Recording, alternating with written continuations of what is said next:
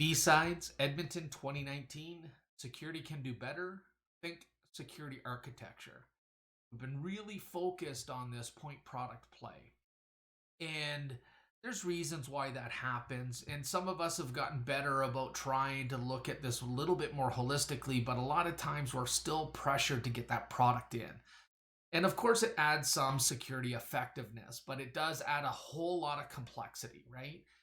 So what this session will be about is really around taking a step back and looking at it more holistically, right? Understanding what is required to secure a flow and then building upon that, right? And remove yourself away from that point product play. And you might find yourself at times that you still have to do that quick, oh, I got to buy something, right? And get it in. But if you take the time to step back, build this out, you'll have a path moving forward as well, right? So anyways, think security architecture. So we'll talk industry challenges, right? The point product approach and some of the challenges that exist with that style. Security is an architectural approach, so changing the way that we do it, right? And then we'll go through a walkthrough, right? We'll look at some flows. We'll build it out as a group. The session is meant to be interactive. And we'll build this out together, right? So some of the industry challenges.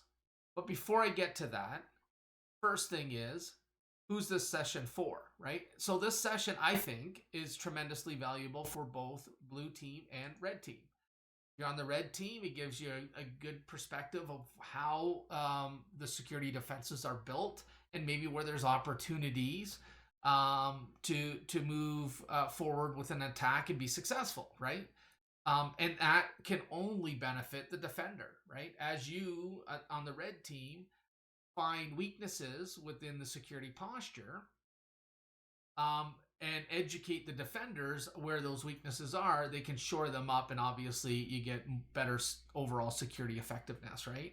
And then the blue team, the defender, right, has an opportunity to see how to build this from an architectural lens as opposed to a point product perspective.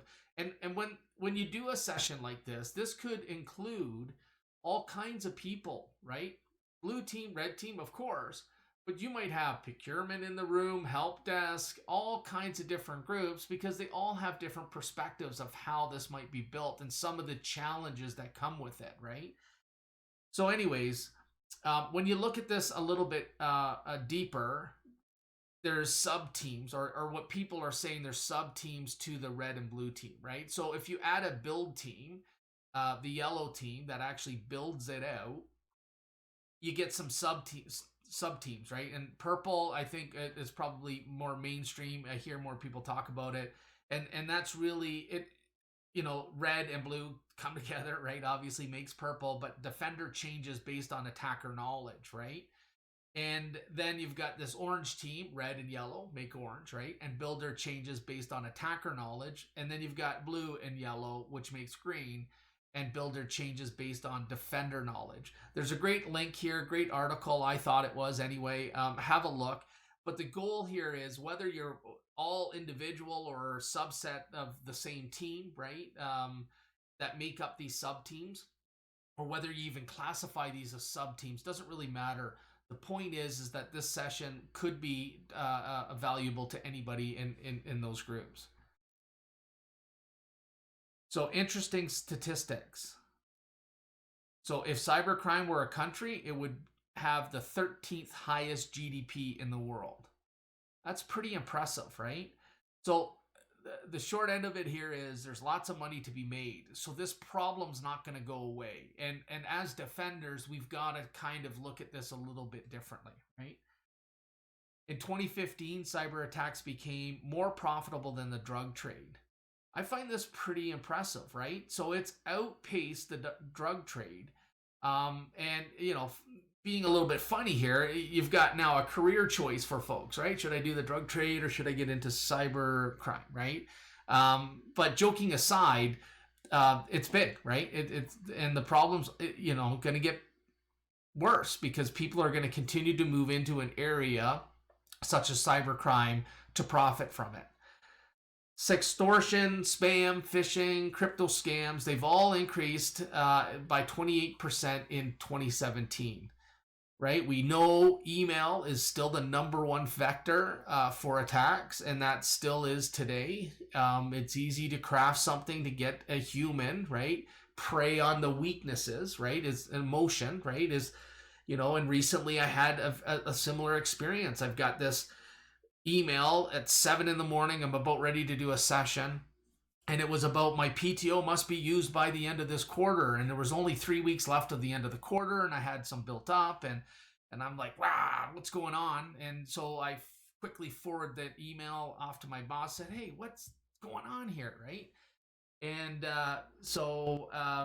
anyways, there was a link in it. I never clicked the link. I'm not sure if my manager ever clicked the link, but I just end up throwing it over the fence, right? And I know he didn't click the link, so I always joke about it. But anyways, I got caught. I didn't click the link, but I did end up forwarding the email and potentially having other people click the link. So it doesn't matter if you're in security, you're an expert, you're a normal user. When emails come in and they play with your emotion to some degree, you might react in a manner of which that you don't normally act. So the problem again is going to continue, and the adversary knows that.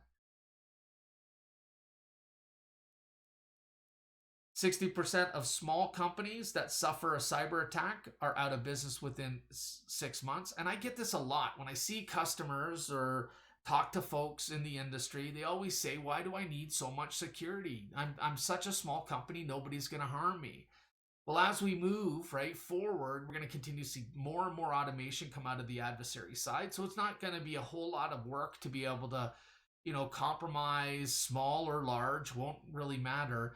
But small companies have data and information, and they are a trusted entity maybe to another company. And so I can use that to move laterally. So, doesn't matter the size, you still need a level of security effectiveness. You've got to do some due diligence there. And you are the size does not dictate whether or not you're going to get attacked, right? In most cases, size doesn't matter, right? In 2018, cybercrime generated more than $1.5 trillion in profit. Trillion, 1.5. I could use a paycheck like that. In 2017, more than 80% of security breaches came from phishing and credential theft. Now, this goes back to my point about phishing earlier, or emails. And the other is credential theft, right? How often do we hear in the news that credentials were used, right? You get one, you're in. Taking over access of one admin account is enough to harm the entire country. Country. Oh, it could, I guess, right? But company specifically.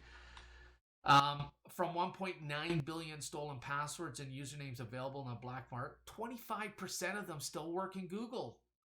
That's amazing. 1.9 billion and 25% of them still work. And again, this goes back to the last two, right? That we're talking about, account theft, right? Having access to an account and being able to move within an organization or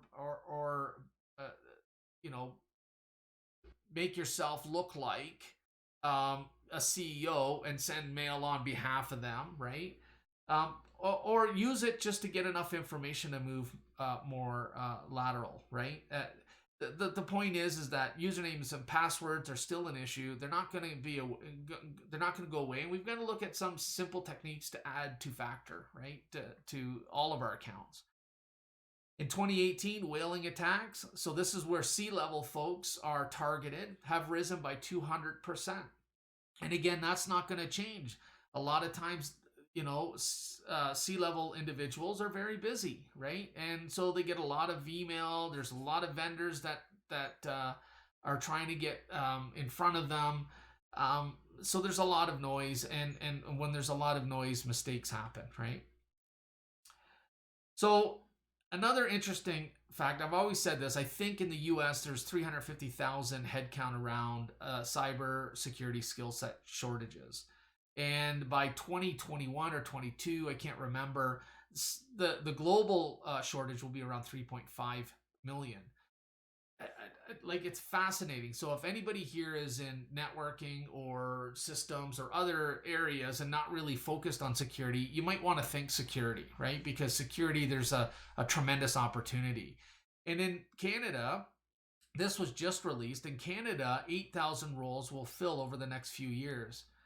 So they need another 8,000. And what we do know is we're not educating people at a school and being able to get them ready for a job in cybersecurity. I mean, we're trying, we're getting better, but there's still a major gap there and tremendous potential for anybody that's looking to move into that field.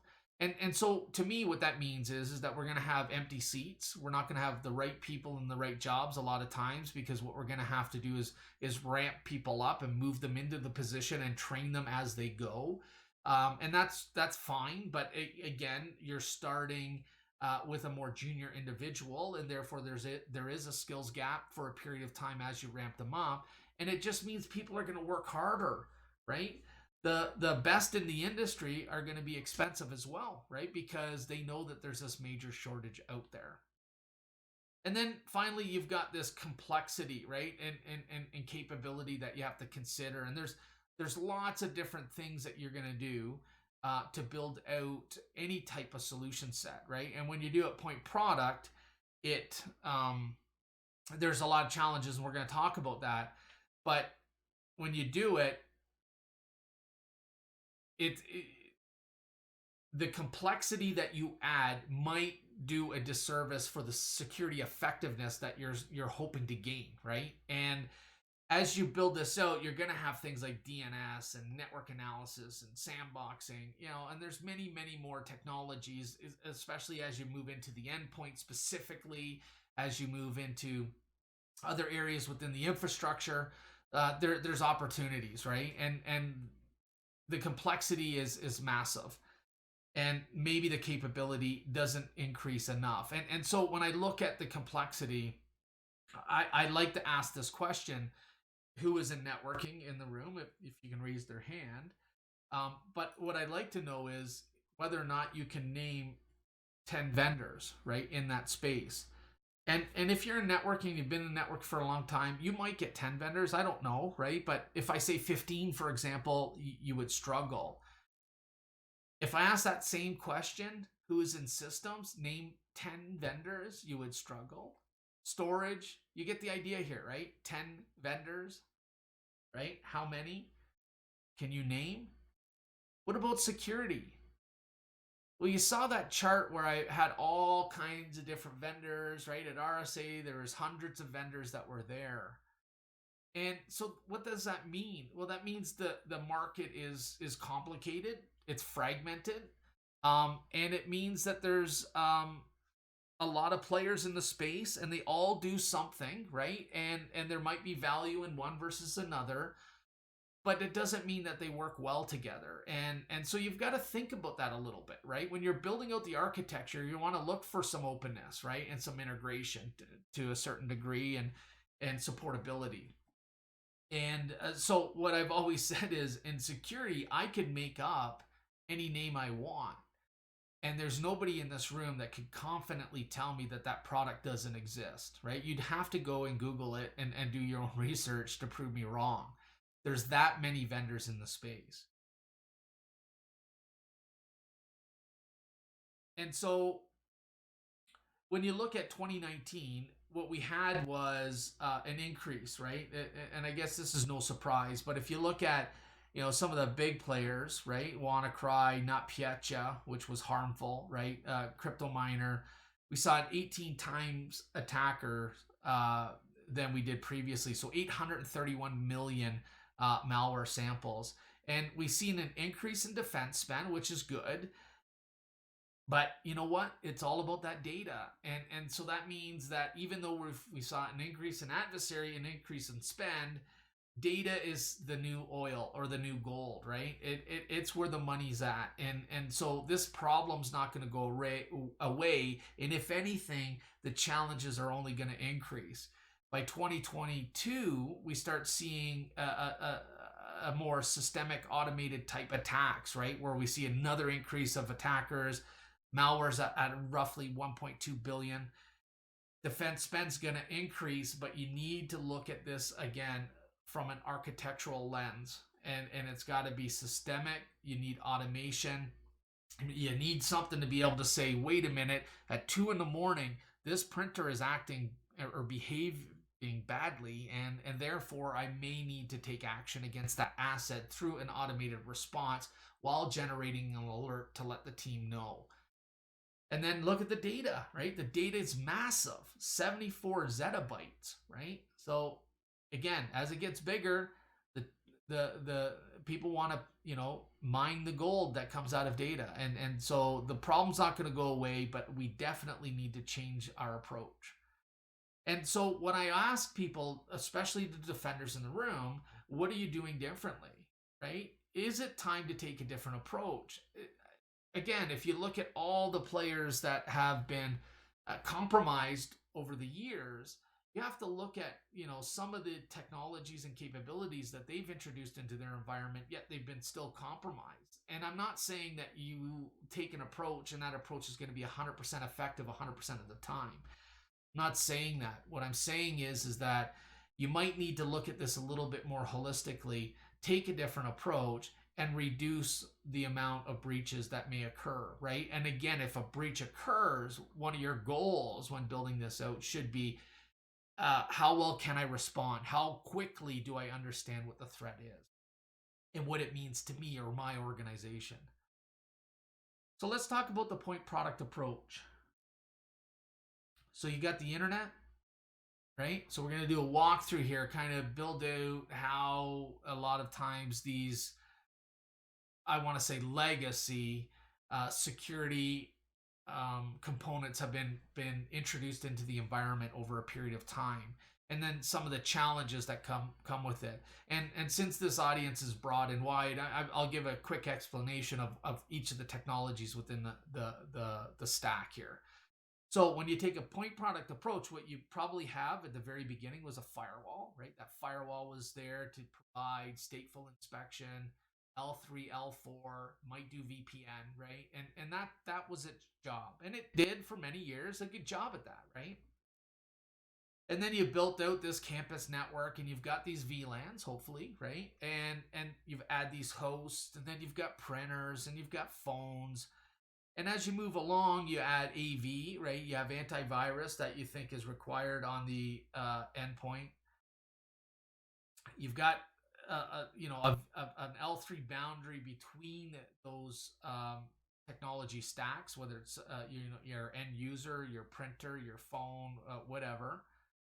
And then as time goes on, you find that the threat landscape's evolving a little bit, and so you get web content security, and this is more to do with productivity at the beginning, right? It was, I don't want them going to websites and having fun, right? And so that kind of went away. But you want to look at the payload, what's in the payload, what sites they're going to, and based on reputation, you might deny them access. Then you realize that there's still client side and server side type attacks that take place that need deeper inspection, and so you introduce IDS or intrusion prevention systems, and so things are you're adding a security effectiveness. But the complexity at this time is more simplified. The adversary is not as mature as they are today. And so a lot of these defenses may seem to work, right? And again, you only know what you can see, right? And remember, they're ones and zeros. They're electric pulses on the wire. So if you don't have anything to tell you that they're there, you don't know that they're there, right? So anyway, so you've got this kind of campus to internet type build, right? You might have a couple other things or whatever, but you get the point. And then you said, well, wait a minute, we've got these services. Let's start adding services to our customers that can come to, and you build out a DMZ network, and you've got VLANs, of course. A lot of times this is flat in the DMZ, unfortunately. And on those servers, you might have AV installed on them. And again, as time goes on, you still have that firewall because maybe you're using the same firewall, right? And just have a interface off into the DMZ from it. And you add intrusion prevention, right? Looking at things like, you've got a web tier, an app tier, and a database tier. So you want to make sure that they're not doing things like SQL injection. And when I say tiers, originally when you built this, there was no tiers, right? It's web, app, database, all within the same VLAN.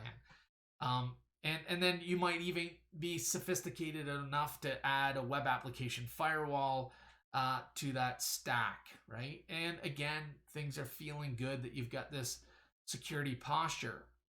And as you're building these out, the adversary is getting better and better capabilities, right? And so you build out the data center network, and you might have done this before the DMZ, it doesn't really matter, but you'll have a data center network. And in there, again, you have VLANs and antivirus on servers, hopefully, right? And then you add a firewall. And this probably is a separate firewall because now you're protecting the data center from not only any other flow that may come out of the DMZ, but also from the campus network. Now, we still see a lot of organizations that don't have that control going into the data center. You might add intrusion prevention because that's still in play. You still have services that are being offered within the data center, and you might need deeper inspection within that payload. Again, you might add a WAF as well, a web application firewall. So the difference between IPS and WAF, IPS is more broad, network-based type attacks, and then you've got, and it gets a little bit into some of the application, right, and knows the protocols, etc. WAF really understands the application itself. So it's got better application-specific security within web applications. So you've got this built out. You're feeling really good about it.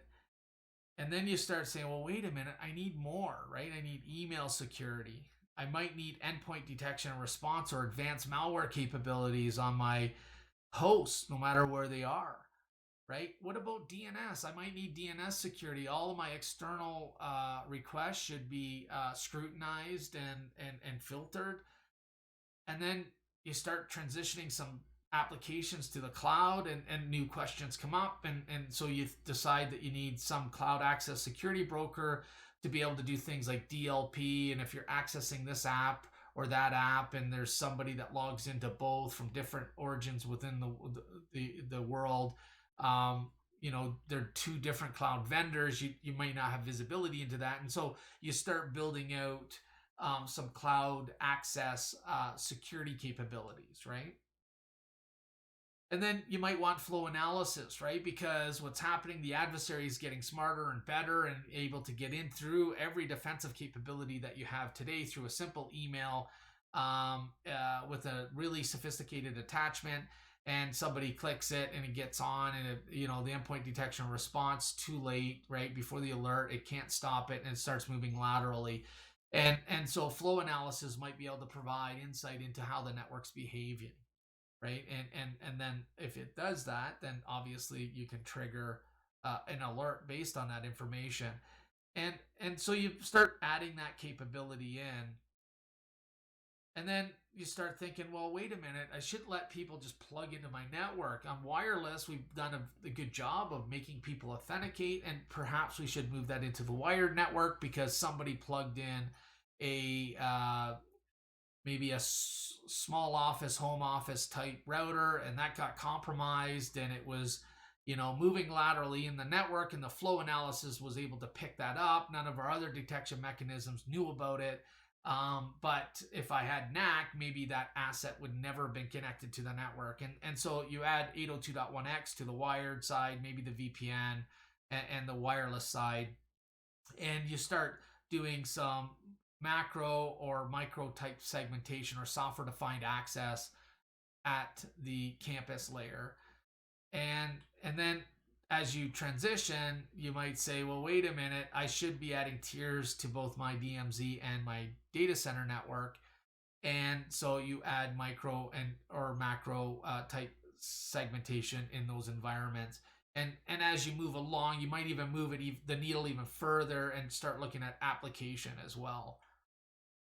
So that's cool. Look at that. It looks amazing, right? We've got this fortified environment, but the problem is everything is independent. They're not working together. There's no security intelligence. There's no systemic response.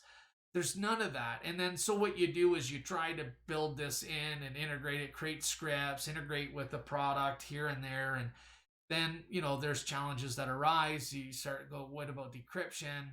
TLS 1.3 poses a whole lot of new challenges around not being able to do, or potentially not being able to do, selective decryption, because the SNI field within the certificate will be encrypted, or goal is to be encrypted. The decryption requirements are much higher than it is in 1.2, because you'll have to decrypt more often.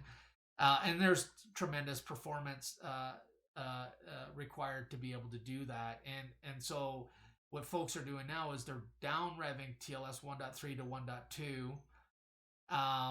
But eventually you're not going to be able to do that. So you got to look to other areas of where TLS could be decrypted. And so that could be on a firewall, that could be on a proxy server, that could be in the network, or that could be in DNS, for example, right? At much earlier on in the attack phase. And on the network side, maybe you can do it without having to decrypt. But these are all kinds of questions that are going to come up. And then how do you get it in? As I mentioned, you've now got application segmentation.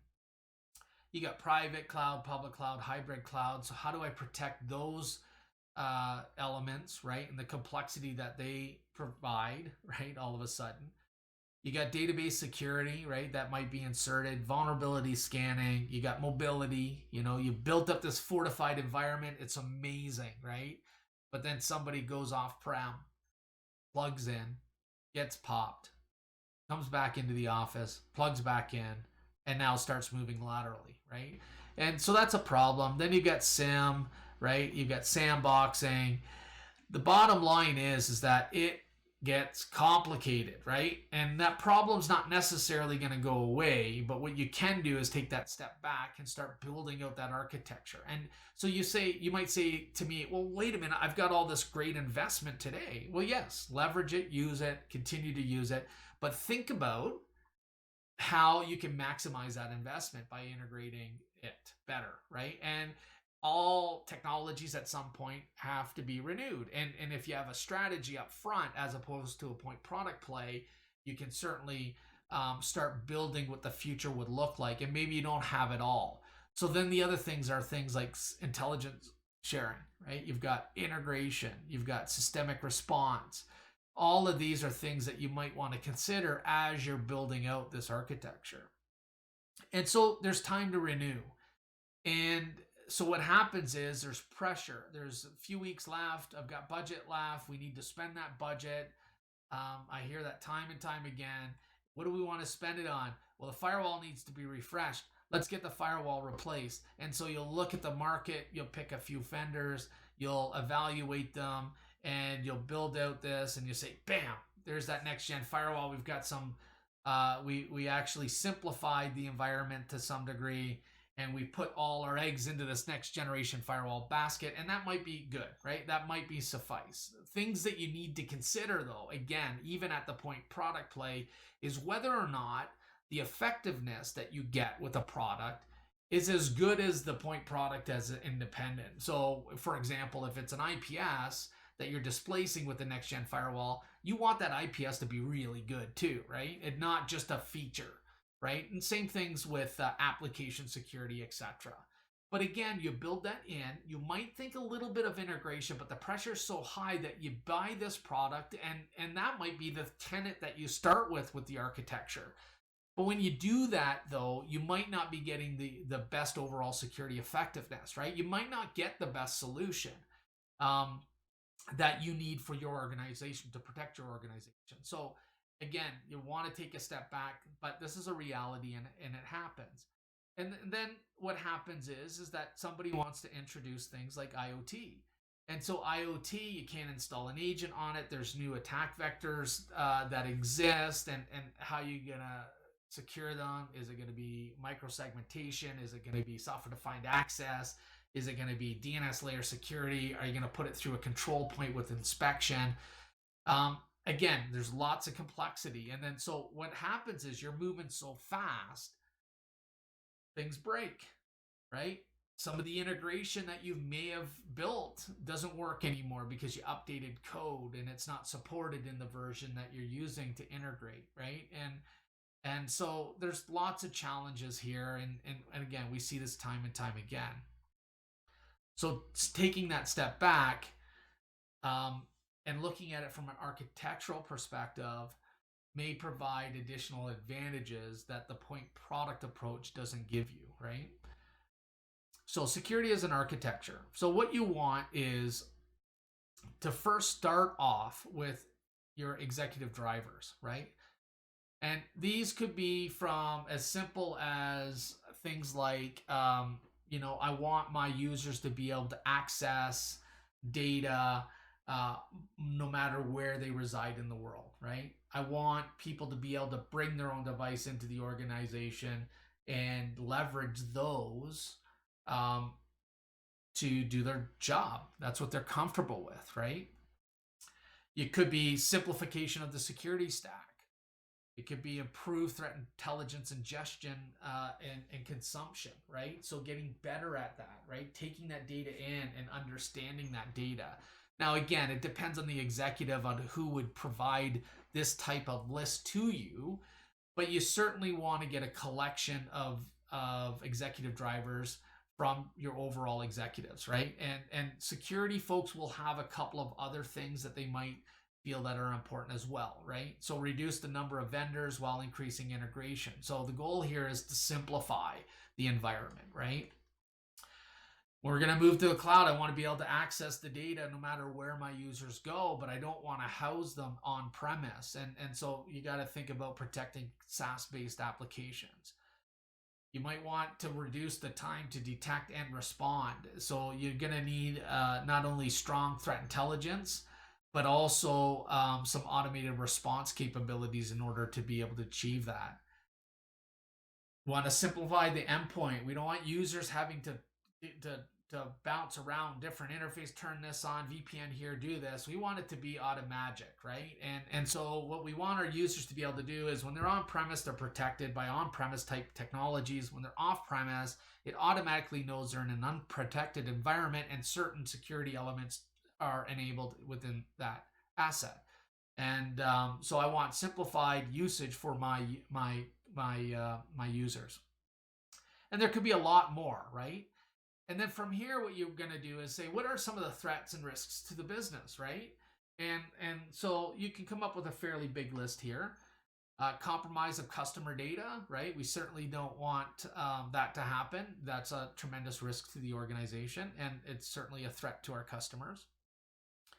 We don't want stolen credentials, right? And compromised accounts. We want to reduce that or remove it completely, ultimately. But if the admin account got compromised, they might be able to access our intellectual property. That is a differentiator in the marketplace today.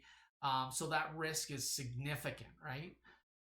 Lack of visibility in the network during an incident. So how can I leverage the technology stack that I have to help me during an incident so I can not only reduce the time to detect, but also to respond and ultimately remediate, right? And so there might be an opportunity to get better visibility using the transport mechanism that the adversary is going to use to move around my environment. Risk of compromised assets off the network. I mentioned this earlier, right? We wanted to increase our ability to allow our employees to be able to go on and off-prem and work as they feel necessary, right? More flexibility there. People that work home, I think, tend to work more or longer hours just because it's more convenient. There's less disruption. And so, but when I'm able to do that, there is an increase of risk there as well, right? IoT devices, right? I want to have a smart building, and that smart building is going to be plugged into my campus environment. And how do I segment that from my business data? And so there's no agents that are enabled on that. So again, this presents a new challenge to secure. Service impact due to breach, right? So if I have a web-based service, it's e-commerce. It's now at during the holiday period. This is where I'm going to get 75% of my revenue during these next 3 weeks, and you have an impact to that website, right? Or web service, right? You have impact to it through maybe some DDoS capability or whatever. That could make or break your year. So significant impact due to that. And it could be a breach itself. So maybe it's not DDoS. Maybe it's something like a compromised account. They defamed it. They encrypted the servers, etc. And you have to bring them back up online. And so there's a penalty to that as well.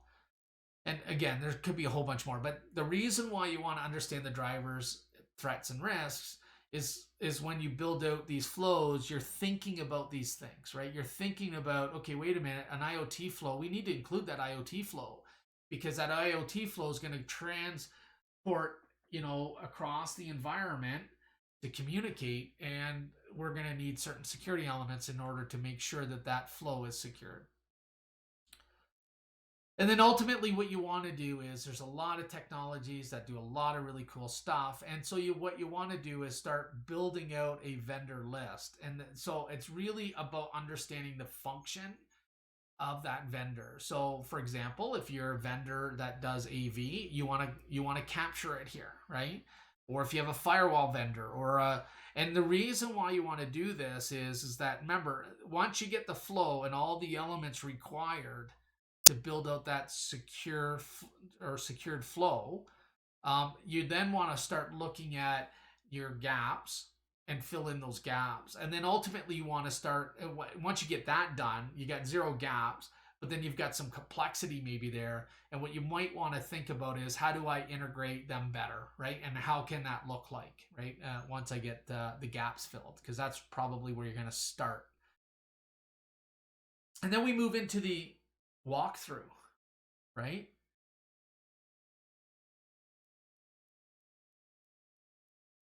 So you're a company, you're some type of company, you do stuff, right? So I use the Acme Corporation, and really we don't talk about the company at all, but I threw this in here, right? So you build things that unfortunately or fortunately are failure prone, and they're explosive, they're often generic, they're not differentiating. And you can see our lovely CEO, right? The wily coyote. And anyways, you've got this organization that's got maybe a strong e-commerce type site that does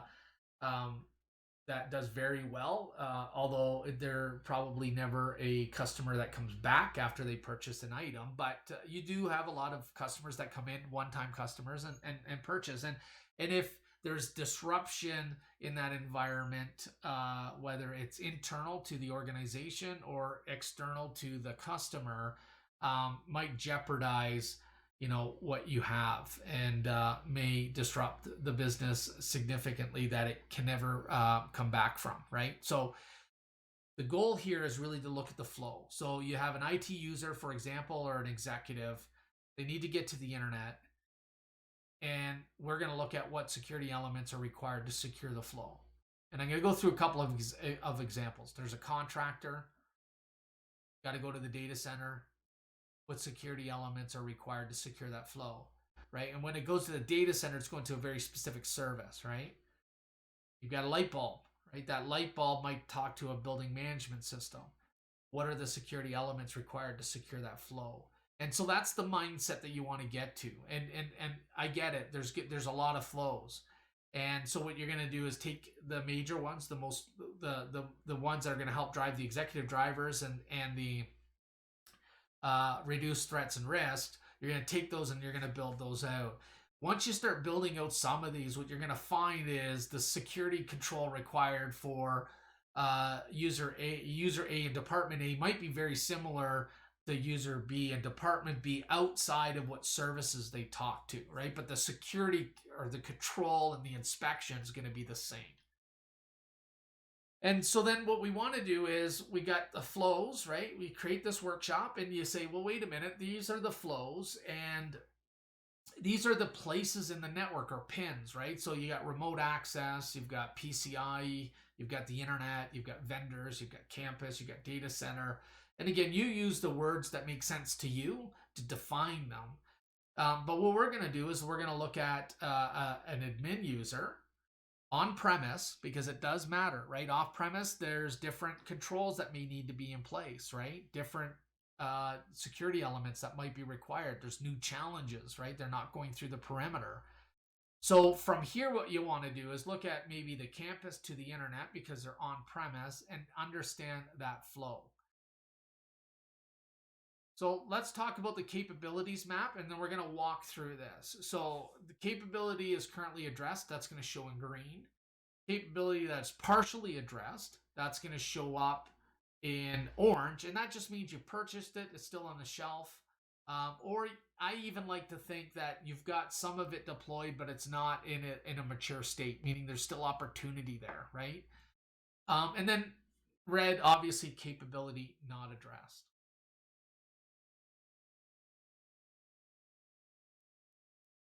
All right, so now we've got this campus to internet. We've got this admin on-premise user. And so what are some of the things that you might have? And, you know, in order to do something like a PowerPoint, I've got to, you know, build these in. But I would ask the group, you know, what are some of the things that you would think are required in order to secure this? And so one of the things that comes to mind to everyone will say you need at least some basic AV, right?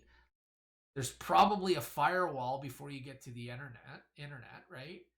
And maybe I'm even further along that stack, and I've got some application control, and I've got some IPS capabilities. Maybe I even do a little bit of URL filtering. And maybe we just bought a new vulnerability assessment tool, and we do active vulnerability scanning. There's a SIM, and we've got some logging and reporting. Now that's pretty good, right? There's some people that don't have any of these, right? Or very little of these, right? They might have a basic L3, L4 firewall and maybe AV. And that's their entire security posture for the organization.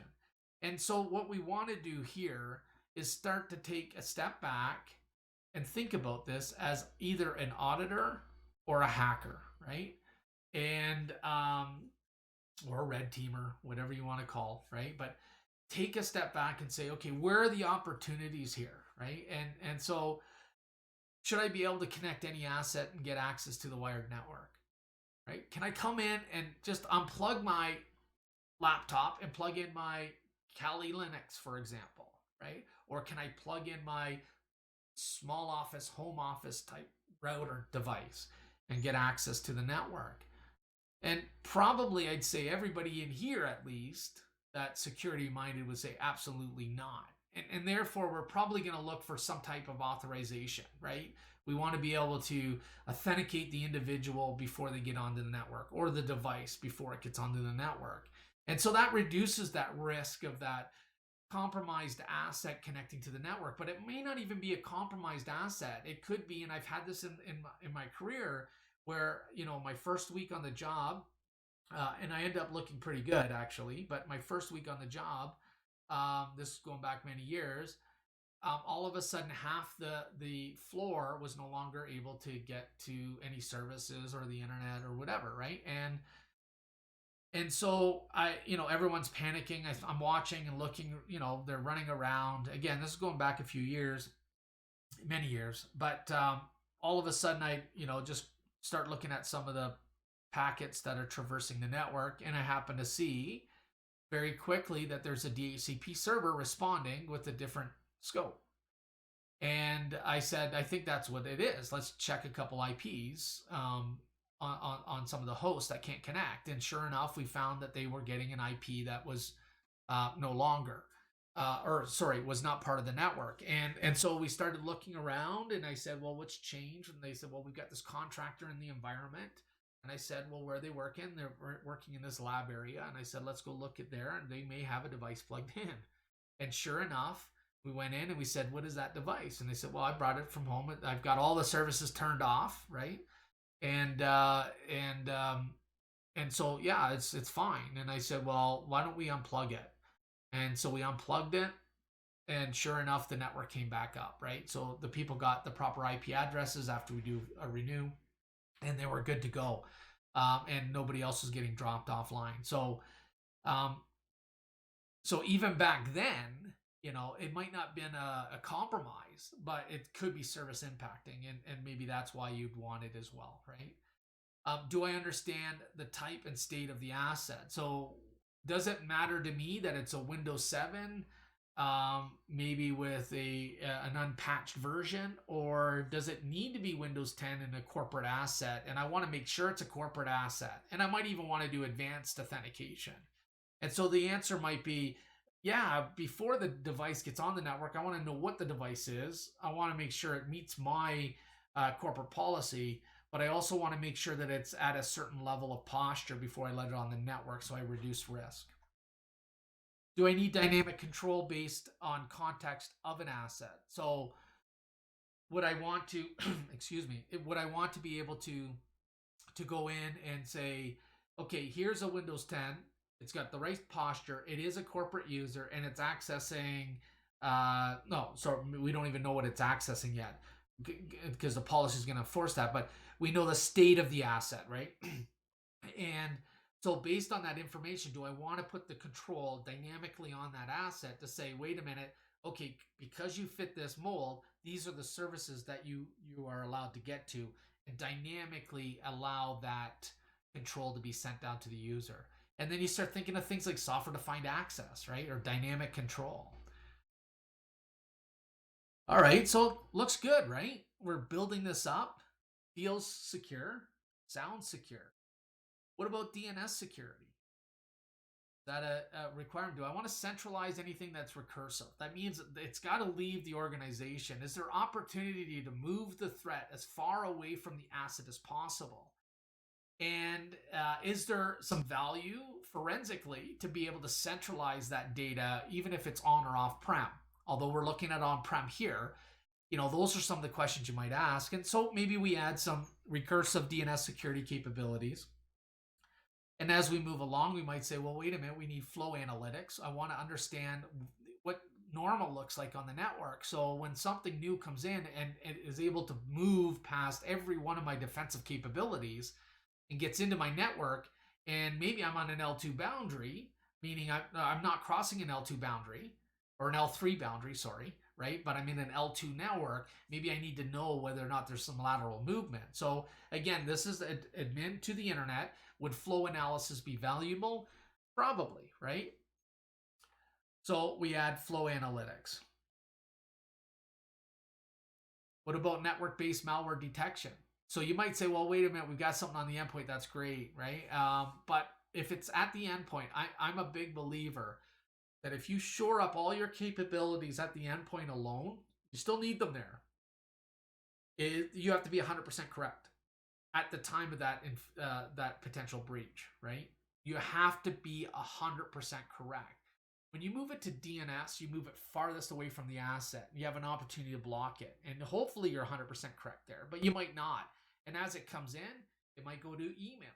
An opportunity to block it there before it gets to the endpoint, or on the firewall, right? There's an opportunity to block it there before it gets into the endpoint. So I am a big believer of moving those defensive capabilities as far away from the endpoint as possible. So when it gets to the endpoint, there is less threats that make their way that close to the endpoint, and there's still an opportunity, if I have defensive capabilities on the endpoint, to block it, right? So sure, we need network-based malware detection. Do we need endpoint detection response, maybe advanced malware capabilities? And the answer is absolutely, right? We certainly need to go down that road. And so this is looking very different, right? And now we ask the question, does something like vulnerability scanning, whether it's active, which not as many people have, or passive, there's value in that, right? There's value in being able to understand the assets that you're protecting and the vulnerabilities that exist on that asset. So if I have an understanding of the operating system and the applications and the vulnerabilities, and an attack comes in and the attack is for Linux, but the asset that I'm protecting is Windows, there's no alarm there, right? I mean, I want to know about the threat, but I don't want to have my team running and chasing after it. But again, if the attack is for Windows and a certain version of IIS, and the asset has Windows and a certain version of IIS, and there's a known vulnerability for that type of attack, wow, I want that alarm to be, sounding off, right? I want it to be a top level priority alarm or an alert that my team is focused on. And so maybe you add passive vulnerability scanning. You transition to looking at encryption and say, well, what about TLS, right? And so SSL decryption, or TLS is the proper term. Nobody uses SSL anymore. But anyways, now you move to TLS inspection, and then you got to think, okay, there's an opportunity to do it here. It's taxing. You still need to probably do it here. But is there opportunity to do this elsewhere as well? Can I do it in the cloud? Can I move it to the network? Do I leverage a combination, right? And then out of that, what we end up getting is the vendors that you have. So you might have 3 vendors, 5 vendors. They're all amazing vendors. But the bigger problem here is that you've got this gaps, right? And so with multiple vendors, regardless what you believe, there's some complexity there. And obviously having the gaps means that the security effectiveness that you expect it doesn't exist, right? So that's one area. And then what you can do is say, okay, wait a minute, let me draw out this. So I need endpoint security kind of fills in these 2 areas, right? I've got DNS security that does this. I've got NAC that can do all of this. I've got next gen firewall that can do all this. So even though you're breaking these out independently, it doesn't mean you need 13 or 15 products. There might be a product that does a collection. Again, you've got to evaluate that product to make sure that they're as good or better than they're pure players, right? So if you're looking at NGFW, you want a next gen IPS that's equal or better, that can stand on its own. That's my opinion, right? I think when you start collecting and adding a bunch of stuff into one product, you could jeopardize its capabilities. There's a lot of great vendors out there. They have a lot of great capabilities, but make sure you do your due diligence there. And then what you want to do is say, well, wait a minute, how does this help my overall security effectiveness, right? Is there threat intelligence sharing? Is there, if the firewall saw something, can it tell my NAC to pull it offline? Does my endpoint see something? Can it tell NAC, or can it do host isolation, right? And what you'll want to do is build these out so you know or understand what integrations may exist, or even integrations you'd like to see exist, right? And that way then you can go to your vendors or your partners and say, well, wait a minute, this is kind of my vision of it. Where do you fit? And you know what? I still think there's a gap here, right? And since we're a partner, maybe we should talk a little bit more about this. Like I said, how do I share intelligence, right? You got to think about that. How supported is the integration? Do I get systemic response? How much complexity did I introduce? Right? So again, the complexity certainly is provides a disservice to security, right? So you want to make sure it's usable for your users, as well as the people that manage the systems themselves. And you're going to need some automation. Remember earlier where I said in 2022, the adversary is going to have more automated type attacks. And so our defensive capabilities are going to have more of that as well. Now, we'll look at operational technologies real quick here. And I'm going to go a little bit quick here. So you got remote access, VPN, logging, reporting, and endpoint virus is what you have. So you have, excuse me, a contractor that goes to a jump server. And then you would have another flow from jump server to resource, right? That's how you would do this. You would break them up. And then again, think like an auditor or a red team or adversary, blue team, or whatever you need to use to be able to pull this apart.